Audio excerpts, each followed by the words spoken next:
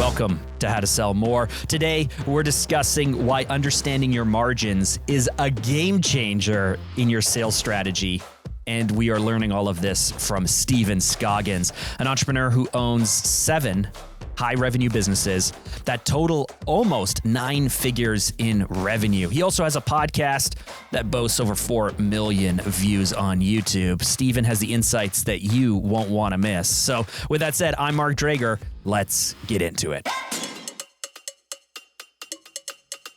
Mr. Steven Scoggins, you are the CEO of an $80 million company in the Southeast, in the construction industry, in the trades. You have 63 full-time employees, 380 contractors, and you've been doing this for 25 years. So I cannot wait to dig into what we can better understand, what we can all learn about how the trades approaches sales, how it approaches business, and ultimately, like you're cracking on $100 million of revenue. You are knocking on that door. So I feel like there's a lot we can learn from you. So let's break this down. How can contractors, how can those of us in the trades sell more? It comes down to really 2 things. 1, focus on service, and I'll break that down in a second. And number 2, understand your cost. Those 2 things are pivotal in growing and scaling really any business. It doesn't have to be construction. It just happens to be very specific to keep a margin erosion from happening in your business. On the service side, let's look at it this way. You got 2 contractors, okay?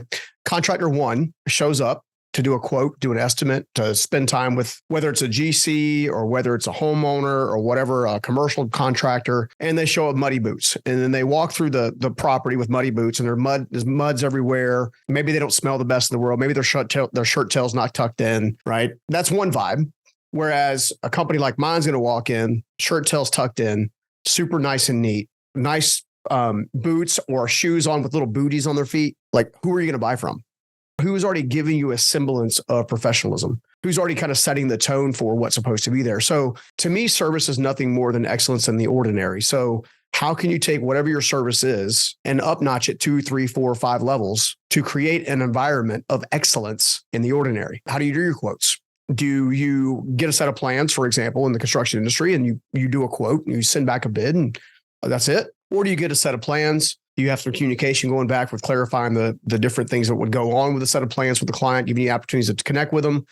Maybe you're going to take it to the next level and actually send them a very formal document with a very formal scope that looks really nice. And rather than just sending it to their email box, you set up a time either via Zoom nowadays or in person to formally go through and make sure they can digest and understand the true value they're getting. Because a lot of times, especially on the service side, what happens is your competitors aren't thinking about the extra levels.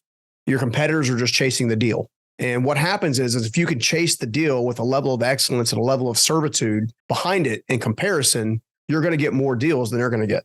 And you're going to get more deals at higher margins than they're going to get because people want to pay more when they know that what they're getting is valuable. It's that simple. On the second side of things, one of the things that I see with a lot of businesses, doesn't have to be just construction, but a lot of businesses in general, is they have no idea what goes into their cost, their COGS, right? Cost of goods sold. They don't know how much. We use the construction term just to make it easy. How much do nails cost? How many nails do you need? How much does lumber cost? How many pieces of lumber do you need? What type of lumber do you need? Right? Being able to itemize all of these costs down and understand how much each incremental piece happens actually gives you a lot more clarity on what you should be going to market with price-wise. And I know I'm not sure about Canada, but I know here in the States, 8 out of 10 businesses fail. One of the top 5 reasons that businesses fail is not being able to actually charge enough or understand the charging behind the cost. It's a cost plus scenario. A lot of businesses are cost plus. A lot of businesses won't take the time to I've got multiple departments in the construction business, one that handles remodeling, one that handles new construction, one that handles commercial, et cetera. Each one of them have their own P&Ls, but I have team members, for example, that are in charge of multiple departments. Well, we've gone as far as to say, well, you spend 30% of your time in new construction. You spend 30% of your time over here in commercial. You spend 30% of your time remodel. By the way, where's that other 10% coming from? Right. And when you do that, you're properly weighting your costs. So when we actually go to cost out a project, we know our cost. Therefore, we know where we have to hold the line, or maybe where it makes sense to actually have what we refer to as gravy over fixed cost. Okay. I'll try to break that down, make that a little simpler if I can. Let's assume for a second that you have an opportunity to get a large client. They're a high volume client, but they want you to be 5% less than what you would charge another client that's nowhere near their size. Okay. The mathematical equation is if you understand your cost, well, then the next step in the process is you can actually look and see, okay, at what point do I break even and cover my cost?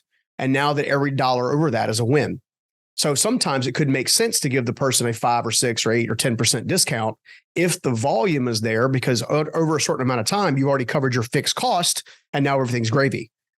See, by understanding where your costs come from, you are better positioned in the marketplace to dominate your specific sector.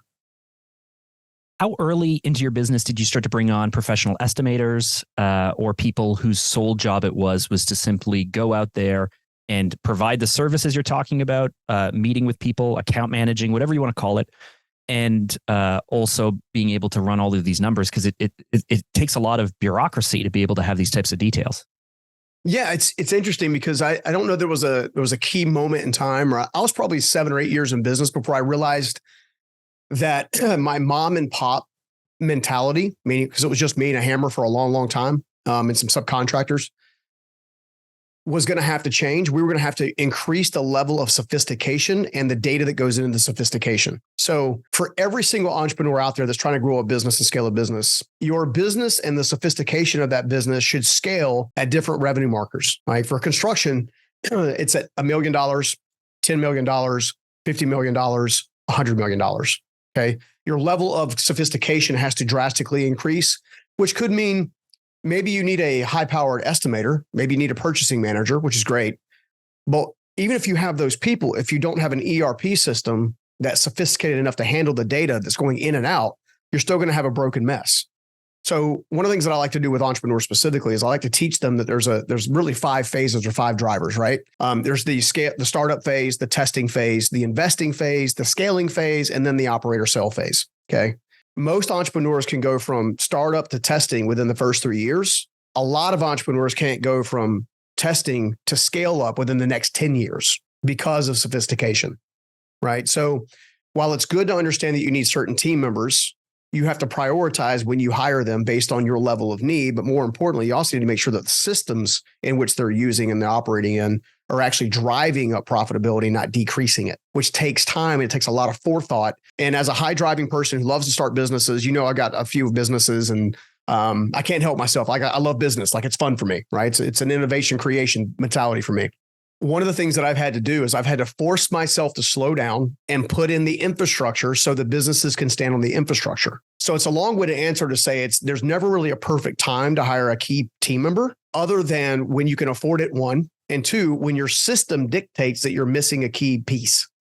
Like for the longest time. Do you think when you can afford it, or do you think slightly before you can afford it? It depends on your model. It really depends on your model.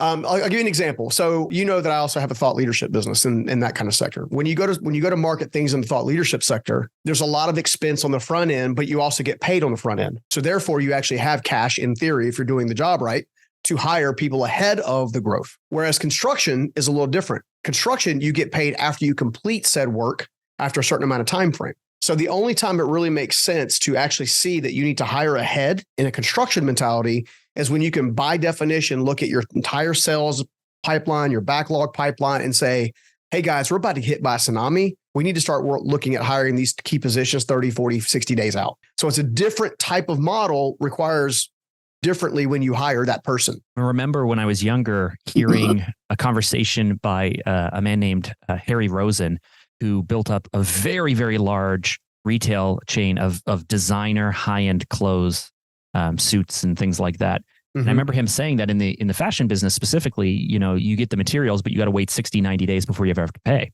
And so he was able to scale and grow his entire business on cash on hand because simply he was getting the stuff from Boss and from all these other places.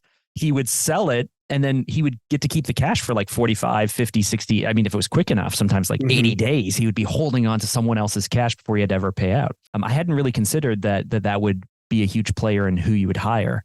Now, if you had to go back and do this all again, I'm sure you would make a lot of changes, but talk to me about the difference between focusing on residential clients. So for any type of business where it's like the one-off versus maybe a large, like a large residential builder, a large subdivision, something where, what's the difference between trying to sell each one-off to each individual client versus trying to go after that large whale where they're going to give you 300 installations or 500 or 1,000 or year over year. Maybe they're a great partner and you're going to work with them for 5 or 10 years. How do you look at that?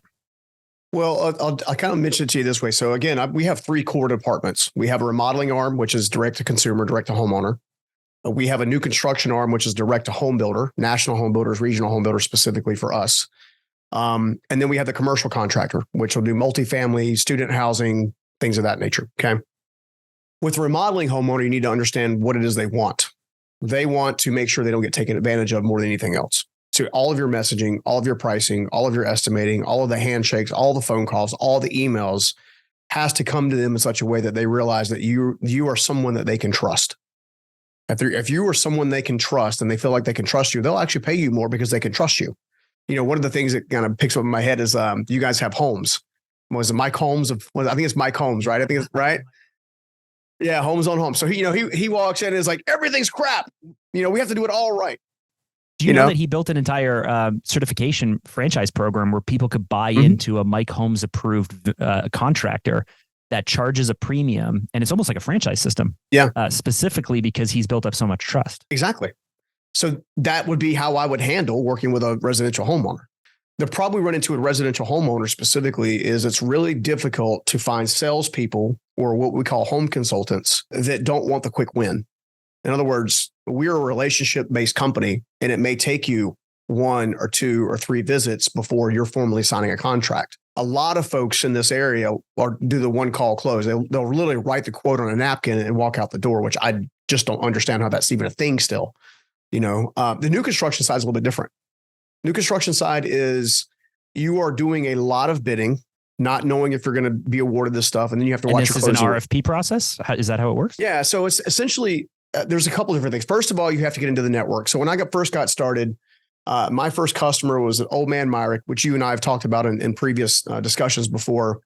Small home builder, but very successful. Okay. So I was a good old boy, country boy, lived in the trailer park kind of deal, and he gave me a shot.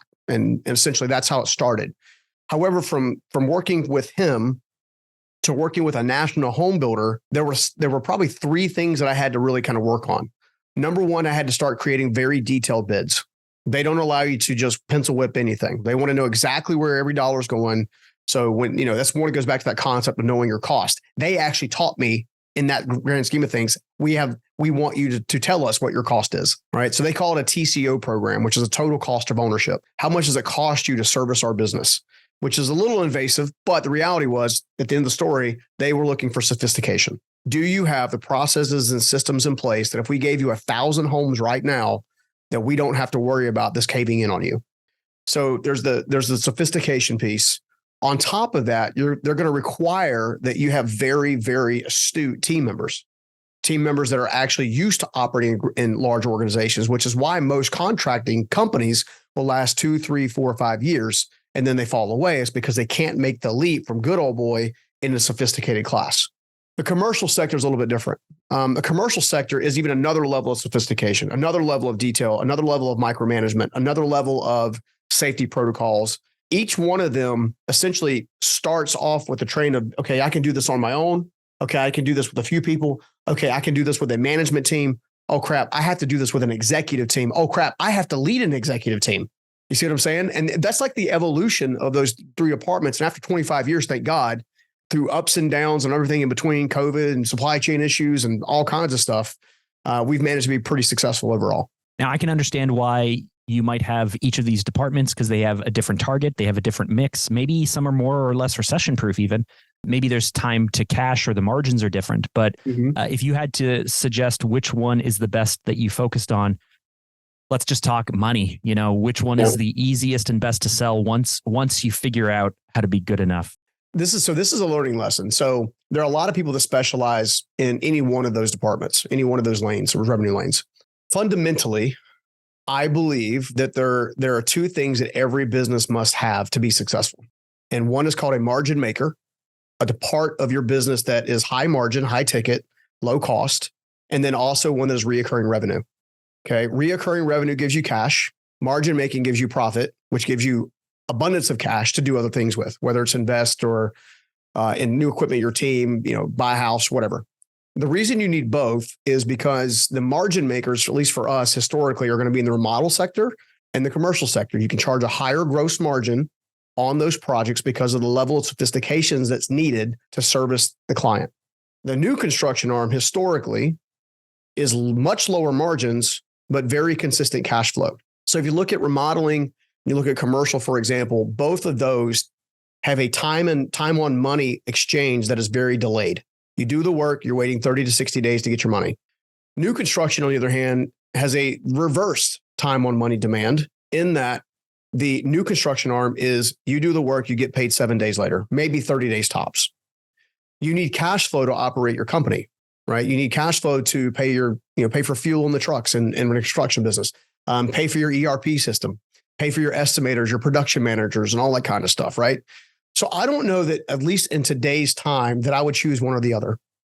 I think that they all bring value to the table. But if I had to start over again, I'm going to start with the reoccurring revenue model first, rather than the margin makers, simply because you need cash to build your business first. My agency that I started in 2006 was project-based. It sounds like it's very similar to what you're saying on the commercial side. We did have to finance all of the projects because typically we would get cash 30, 45. Sometimes we had some clients where it was like 180. Like they would wait 6 months, government.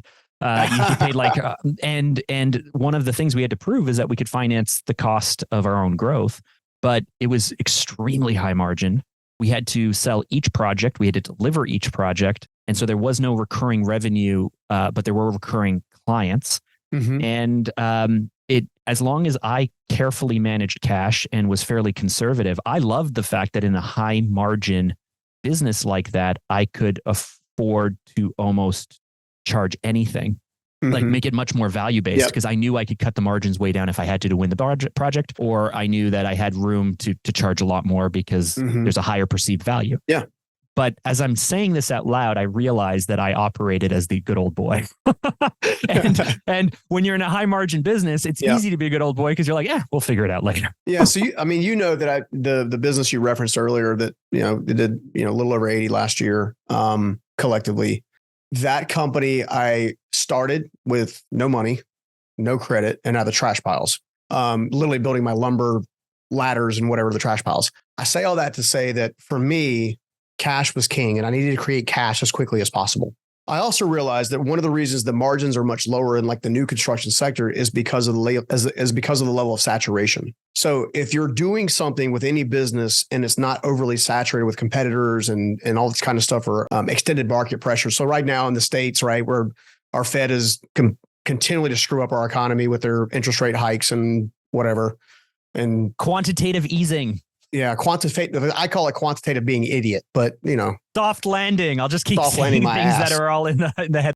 Anyway, let's stay away from that one. The level of saturation in the construction industry at the new construction level, because it's such an easy business to get into. Not a lot of licenses. If you have a tool belt and a ladder, in a lot of cases, you can at least get going. Business models, right? Not a lot of licenses in the specialty trades that are needed, et cetera. Where in the other business models, there's a lot more required and it's a lot more cash heavy to get into. Right. So I funded our entry point into the commercial market with $600,000 of my own money. But it became, I'm looking for compounding. I want to see an ROI on time, talent, and resources on a consistent basis. I say all that to say that I think it's very industry specific based on where you are in the business. Right. So if you can afford to wait for your time and manage cash, most business owners don't know how to manage cash. It's a very dangerous game if you don't know how to manage cash, if you're waiting on delay receivables for that length of time. But if you're good at it, you got a good CFO and you got people that can cash manage it, maybe it's something you can do, because 6 months later, you're winning big and all of a sudden you got a big pot of cash, right? And maybe that's what you need to fund your operations moving forward, and kind of, rather than having to finance every new deal. At the same time, if you're an entrepreneur that's bootstrapping it, like I have, all the businesses I've done, you've seen me work on building a couple of them. I fund the whole thing.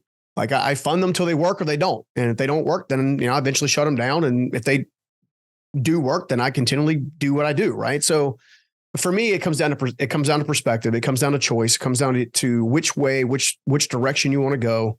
But again, at the end of the day, in a perfect world, every single business model should have a reoccurring revenue model and a margin maker. Now you might have 5 margin makers and 1 reoccurring revenue model, but at least you have cash flow. So you're not having to borrow money. I've watched a lot of people, unfortunately, they borrow their way into future growth, and then they realize that future growth is not there and they go out of business. So I'm very big into recurring revenue and margin making, not either or. Such great lessons. Oh, Stephen, I can, and often I do try to talk to you all day, but we like to keep these episodes short. So as we wrap up, can you share with me your one tip, your one strategy? It can be anything having to do. It doesn't have to even be with your industry, but what is your number one tip, your number one strategy that you can give us on how to sell more? Number one tip I can give you on how to sell more is to not be impatient. Make sure your process of excellence is a perception of the buyer. The buyer will always pay more money if they feel like the value is there. If you rush through the process and you're rushed to just get stuff out, then you're not going to have the time it takes to actually create a value proposition that everybody has to have, right? So don't rush it. One of our mutual acquaintances or whatever, everybody's been talking recently about Alex Hormozy. He's so awesome. Like, he's been at this for 12 years. The thing he just launched, he was at it. He was putting that thing together for 2 years and he busted it. Use that perspective. Like, don't be impatient to get something to market. Like, be like really intentional about how you're bringing it to the market, what you're going to charge for it, what your costs are. And I think if you can avoid impatience, you can do something pretty amazing. So before we wrap up, just like we do every single week, it's time for the 3-point roundup. Number one, first takeaway from this talk is the importance of service excellence. Really, having a high level of service and really that high touch point will set the tone for every customer interaction, and it can have a huge impact on your sales. And as Stephen pointed out, your company's competitive advantage can be the fact that you go the extra mile in service, which can also help you justify your higher prices. Number two, listen, understanding your costs is crucial. I don't want to beat a dead horse here because the whole conversation was about that, but knowing your costs at every level of your business is essential for not only the growth of your business, but being able to make smart investments and scale while getting the returns that you need. And number three, effective scaling is really, really hard. It involves more than just selling more and increasing revenues. You also have to start to level up your operational excellence. And so the companies that are able to grow really effectively and scale effectively often are the ones that are able to adapt and innovate both in their costs and in their margins and in their services and in their offerings. And so I want to thank Stephen for joining us. You can learn more about him by heading over to his Instagram. His handle is Stephen_Scoggins. You can also find him at StephenScoggins.com. And listen, while you're over on Instagram, though, checking Stephen out, why not give us a follow as well? Our handle is at SalesLoopBrand. And one last thing, if you've made it this far into the show, you really should subscribe. Now, why would you do that? Well, every single week, I share practical strategies and tips, just like what Stephen shared with us today, to supercharge your business growth and to boost sales. And so with that, I'm Mark Drager. I'm going to challenge you, get out there and sell more. Until next time. With that said, I'm Mark Drager, challenging you to get out there and sell some more. We'll see you in the next episode.